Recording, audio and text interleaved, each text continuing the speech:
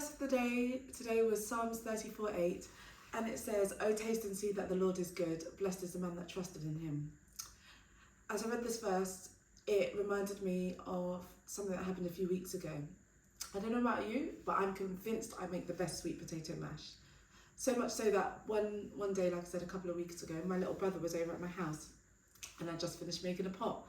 And he was eating something else and I stopped him and I said, "You have to taste this mash. I am telling you, it is the best mash without a shadow of a doubt."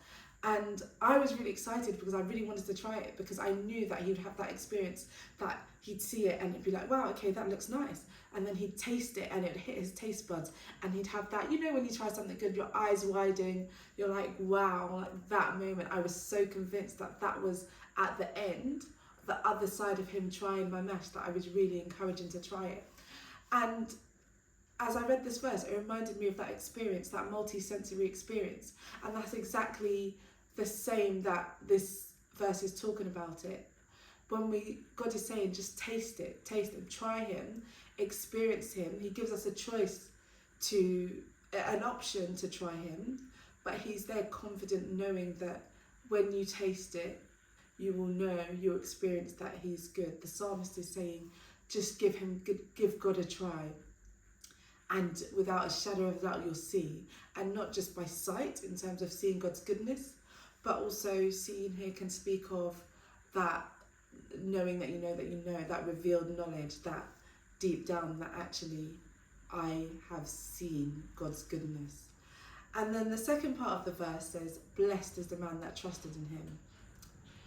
Blessed here, interestingly, is past tense, which I was just like, you know what, that is so true. Yesterday, in yesterday's video, we spoke of God is good. That's who he is. That is his makeup. That is his character. It's not an attribute that he has. So when you try him and you experience him, without a shadow of a doubt, the only option that you'll see is, the only outcome you'll notice or experience is his goodness. And because he's good, we know that the blessings are good, that we know it's good things. Blessings are rewards,